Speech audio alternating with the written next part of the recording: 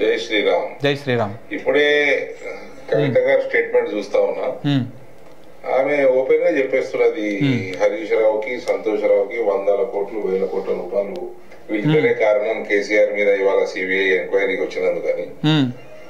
ఆమె కుటుంబ సభ్యురాలు, ముఖ్యమంత్రి గారి కూతురు, వర్కింగ్ ప్రెసిడెంట్ గారి చెల్లెలు, ఆనాటి ఇరిగేషన్ మినిస్టర్ గారి కజను, ఆమె అంత బాగా అంత పెద్ద మాటలు చెప్తుంటే అంత ఓపెన్ గా ఆమె తెలిసినట్టు మాట్లాడినప్పుడు రేపు సిబిఐ టేకప్ చేయగానే ఇన్వెస్టిగేషన్ ఫస్ట్ కవిత గారిని పిలుచుకోవాలండి. ఫస్ట్ కవిత గారిని పిలుచుకుంటే ఈజీ అయిపోతుంది, టాస్క్ ఈజీ.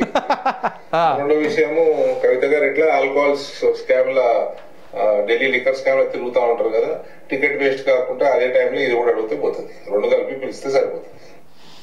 ఏమైపోయాక ఇప్పుడు మీరు చేసిన వ్యాఖ్యల వల్ల బీఆర్ఎస్ పార్టీకి ఉపయోగం అయిందా, ఇప్పుడు నష్టమైందా?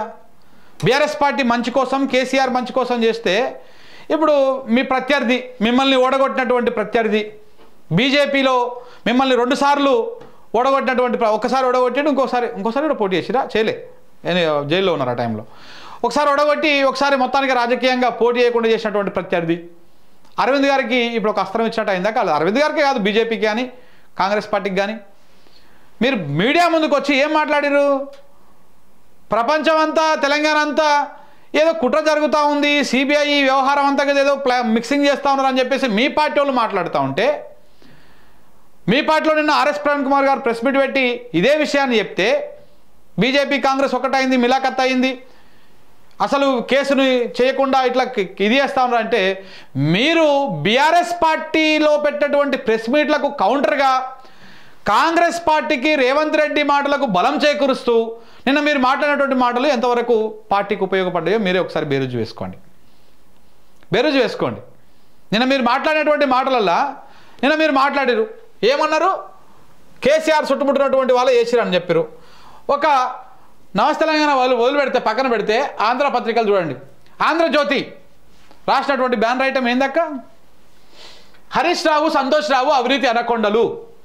అంటే హరీష్ రావు సంతోష్ రావు అవినీతి అనకొండలు, వీళ్ళు అవినీతి చేసిర్రు, కాళేశ్వరంలో స్కామ్ చేసిర్రు, కాళేశ్వరంలో అవినీతి చేసిర్రు అని చెప్పేసి మీ ఇంటెన్షనా? ఇప్పుడు రేవంత్ రెడ్డి మాట్లాడినటువంటి వ్యాఖ్యలకు మీరు బలం చేకూర్చినట్టేనా? క్లారిటీ ఇవ్వండి. అంటే రేవంత్ రెడ్డి ఏం మాట్లాడిండో అదే విషయాలకు మీరు పార్టీలో ఉండి దానికి బలం చేకూరుస్తున్నట్టుగా అనిపిస్తలేదా ఈ కథనం చూస్తే ఉంటే, మీరు మాట్లాడినటువంటి మాటలు చూస్తూ ఉంటే? కాళేశ్వరం ఎపిసోడ్లో ప్రధాన పాత్ర హరీష్ రావుదే అంట. ఇదే కవిత గారు కాళేశ్వరం గురించి, కాళేశ్వరం చాలా మంచి ప్రాజెక్టు, మంచి అది, నాకు కూడా కొన్ని డాక్యుమెంట్స్ పంపించారు ఆమె. ఎన్డీఎస్సీకి సంబంధించినటువంటి వ్యవహారం నడుస్తున్నప్పుడు నాకు కూడా కొన్ని డాక్యుమెంట్లు పంపించారు.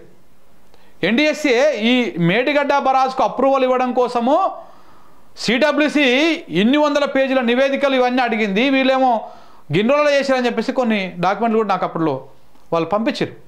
అవి మనం చూసినాం కూడా. అంటే వార్త సేకరణలో భాగంగా రకరకాల నుంచి అందరిని మనం మాట్లాడుతూ చేస్తూ ఉంటాం. సో అట్లా మరి ఆ రోజు కాళేశ్వరం గురించి అద్భుతంగా మాట్లాడినటువంటి కవిత గారు ఇవాళ కాళేశ్వరం స్కామ్ అనేటువంటి విధంగా ఎట్లా మాట్లాడారు? అసలు అంటే ఇంటెన్షన్ ఏంటి? మీ మాటల వెనక అర్థం ఏంటి? అందుకే ఆయనను రెండో టర్మ్లో ఇరిగేషన్ మంత్రిగా కేసీఆర్ తొలగించారు. ఆ ఇద్దరి వల్లనే కేసీఆర్కు అవినీతి మరక. వారిని కాపాడుతున్నది రేవంత్ రెడ్డి. కాదంటే వాళ్ళ అవినీతి బయట పెట్టాలి. మా నాన్న పరిస్థితి దగ్గరుండి చూశాను. నా పెళ్లికి డబ్బుల కోసము కూడా ఇబ్బంది పడ్డారు.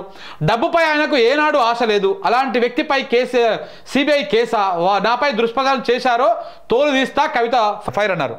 సో కాబట్టి రెండో టర్ములో ఇరిగేషన్ మంత్రిగా అందుకే ఆయనకి ఇవ్వలేదు, ఆయన అవినీతిని చేసిరు కాబట్టి అని చెప్పేసి. సరే, ఆయన అవినీతి చేసిన హరీష్ రావు గెలిచినాక మంత్రి పదవి ఇస్తారా ఇవ్వరా అనేది ప్రభుత్వ అధినేతగా, పార్టీ అధినేతగా కేసీఆర్ గారి ఇష్టాయిష్టాల మీద ఆధారపడి ఉంటుంది.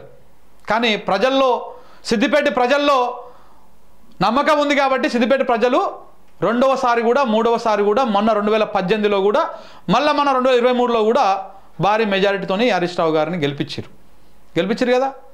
మరి ఆయన రెండోసారి మంత్రి పదవి రాలేదంటే అది కేసీఆర్ గారి ఇష్టాయిష్టాల మీద ఆధారపడి ఉంటుంది. మరి మీరు రెండోసారి ఎంపీగా ఎట్లా ఓడిపోయారక్క? ఏ రకంగా ఓడిపోయారు? మీరేమన్నా అవినీతి చేసిరా? అవినీతి చేయడమే పదవులకు రావడానికి పోవడానికి ప్రామాణికంగా మీరు చెప్పిన మాటలను తీసుకుంటే, మరి ఫస్ట్ టర్మ్లో మీరు ఏమైనా అవినీతి చేయడం వల్లనే సెకండ్ టైం మీరు ఓడిపోయిర్రా? ప్రజలు ఓడగొట్టిర్రా? పార్టీలో పదవి రాకపోవడం కంటే ప్రజలు ఓడగొడితే పెద్ద భయంకరమైనటువంటి శిక్ష అది. మరి హరీష్ రావు గారికి పదవి రాకపోవడం వల్ల ఒక శిక్ష పడిందని చెప్పేసి మీరు అనుకుంటే, మరి ప్రజలే మిమ్మల్ని ఓడగొట్టి ప్రజలే తిరస్కరిస్తే మరి మీకు అంతకంటే పెద్ద శిక్ష పడ్డట్టు కదా.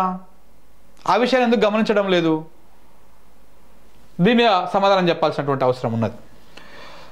ఇక వాళ్ళిద్దరికి మాటలు మాట్లాడి బలం చేకూర్చారు.